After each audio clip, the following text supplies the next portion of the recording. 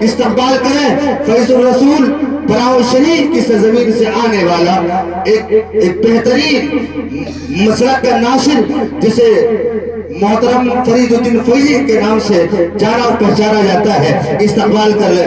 نعرہ تکبیر، نعرہ رسالت، مفتیان جامعہ تاج الشریعہ، علماء جامعہ تاج الشریعہ، علماء اہل سنت، جشن دستار بندی، حضور صدر الفقہا، نعرہ تکبیر، نعرہ رسالت۔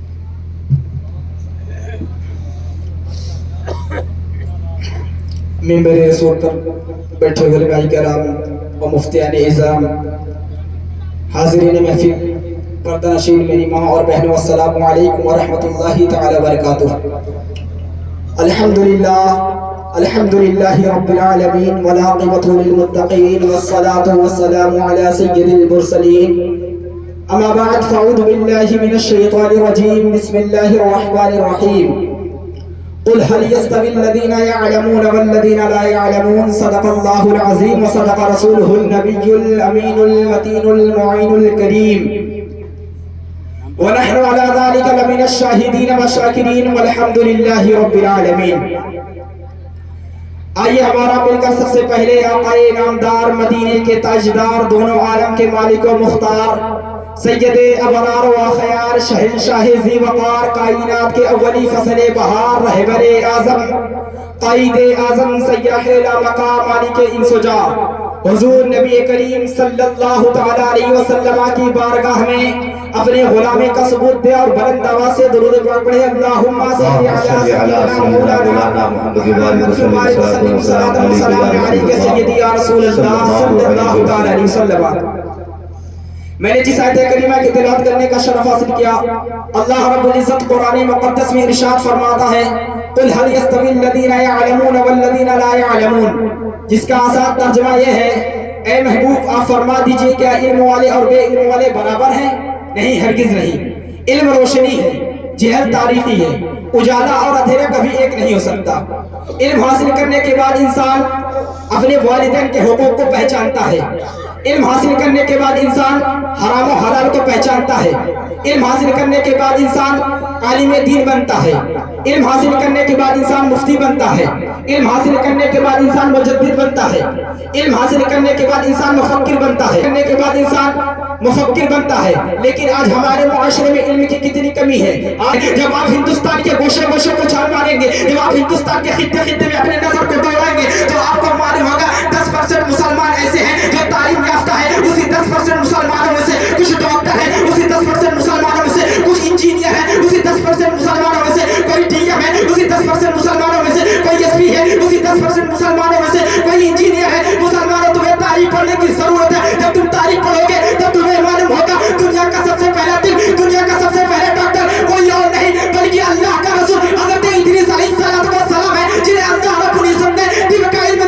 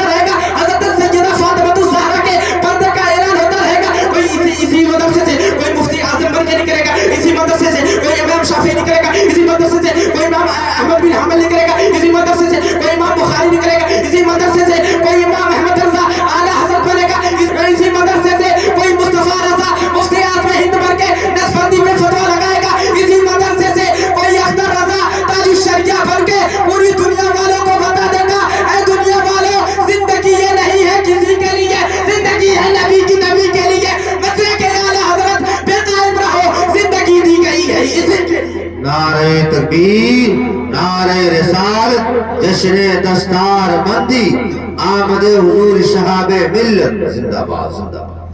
زندگی یہ نہیں ہے کسی کے لیے، زندگی ہے نبی کی، نبی کے لیے، مسلک اعلیٰ حضرت قائم رہو، زندگی دی گئی ہے اسی کے لیے۔ آج مسلمان کامیاب ہونے کے لیے، ترقی کے راستے کو پانے کے لیے، اس پر چل کر کے کامیاب ہونے کے لیے ذلت و رسوائی کے ایسے راستے پر چلا گیا ہے جہاں سے واپس آنا مشکل ہی نہیں، ناممکن ہے۔ مسلمانوں، تمہارا راستہ وہ راستہ نہیں ہے جس پر انٹرنیشنل میڈیا تم کو چلانا چاہتی ہے۔ تمہارا راستہ وہ راستہ نہیں ہے جس پر مشرکین چلتے ہیں اور کہتے ہیں ہم کامیاب ہو گئے۔ تمہارا راستہ وہ راستہ نہیں ہے جس پر مرتدین چلتے ہیں اور کہتے ہیں ہم کامیاب ہو گئے۔ تمہارا راستہ وہ راستہ نہیں ہے جس پر ساری دنیا چلتی ہے اور کہتی ہے ہم کامیاب ہو گئے۔ اگر تم کامیابی کے راستے کو پانا چاہتے ہو، اس پر چل کر کے کامیاب ہونا چاہتے ہو، تمہیں کہیں دور جانے کی ضرورت نہیں۔ اسی بہرائچ شریف کے سرزمین پر سید سالار مسعود غازی پاک ہے۔ اسی بہرائچ شریف کے سرزمین پر حضور سید سالار مسعود غازی پاک ہے۔ جب ان کی بارگاہ میں جاؤ گے، جانے کے بعد عرض کرو گے سرکار بتائیے ترقی کا کون سا راستہ ہے جس پر چل کر کے ہم کامیاب ہو جائیں گے، تو بتائیں گے تو تم کو سرکار کے تربت عرض سے یہی آواز ملے گی، سنو انٹرنیشنل میڈیا جس پر تم کو چلانا چاہتی ہو ترقی کا راستہ نہیں، جس پر مرتدین چلتے ہیں اور کہتے ہیں ہم کامیاب ہو گئے، ترقی کا راستہ نہیں، جس پر ساری دنیا چلتی ہے اور کہتی ہے ہم کامیاب ہو گئے، وہ ترقی کا راستہ نہیں۔ اگر تم ترقی کے راستے کو پانا چاہتے ہو، اس پر چل کر کے کامیاب ہونا چاہتے ہو، تو سنو ترقی کا راستہ وہ راستہ ہے جس پر چل کر کے حضرت ابوبکر صدیق نے صداقت کو پا لیا، حضرت عمر فاروق اعظم نے عدالت کو پا لیا، حضرت عثمان غنی نے ثقافت کو پا لیا، حضرت مولا علی نے شجاعت کو پا لیا، حضرت امام حسین کربلا کی سرزمین پر اسی راستے پر چل کر کے تمام جنتی نوجوانوں کے سردار بن گئے، اسی راستے پر چل کر حضرت سیدہ فاطمہ الزہرا تمام جنتی عورتوں کے سردار بن گئی، اسی راستے پر چل کر کے احمد رضا اعلیٰ حضرت بن گئے۔ میں نے کہا امام احمد رضا آپ کو یہ راستہ کہاں سے ملا؟ تو امام احمد رضا نے کہا کون دیتا ہے؟ دینے کو منہ چاہیے، دینے والا ہے سچا ہمارا نبی۔ ماشاءاللہ، زندہ باد زندہ باد، ماشاءاللہ۔ ایک آخری بات کہہ کے میں اپنی گفتگو ختم کر دوں گا۔ کچھ لوگوں کے رشتہ دار وہابی ہوتے ہیں، کہتے ہیں میرے ماما وہابی، میں اپنے ماما کو کیسے چھوڑ سکتا ہوں؟ میرے چچا وہابی، میں اپنے چچا کو کیسے چھوڑ سکتا ہوں؟ میرے رشتہ دار وہابی، میں اپنے رشتہ دار کو کیسے چھوڑ سکتا ہوں؟ میری بہن وہابی ہو گئی، میں اپنے بہن کو کیسے چھوڑ سکتا ہوں؟ مسلمانوں، تمہیں تاریخ پڑھنے کی ضرورت ہے۔ جب تم تاریخ پڑھو گے، اسلام کی پہلی جنگ بدر کے میدان میں لڑی گئی تھی، 17 رمضان المبارک کے جمعہ کے دن بدر کے میدان میں لڑی گئی تھی۔ اسی بدر کے میدان میں لڑنے والے ایک صحابی رسول جس کو پوری دنیا حضرت ابو عبیدہ ابن جراح رضی اللہ تعالیٰ عنہ کے نام سے جانتی تھی، اسی بدر کے میدان میں اپنے سگے باپ کے گردن کو بھیڑ بکریوں کی طرح ذبح کر کے پوری دنیا والوں کو ایک پیغام دے دیا، اے دنیا والوں کہ محمد سے وفا تو نے تو ہم تیرے ہیں،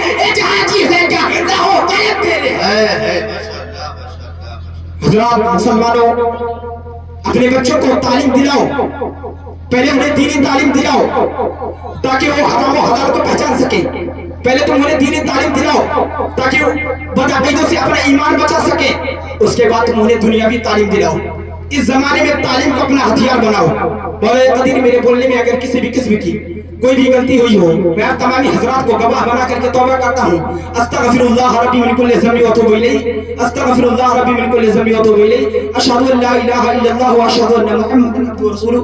السلام علیکم ورحمۃ اللہ وبرکاتہ۔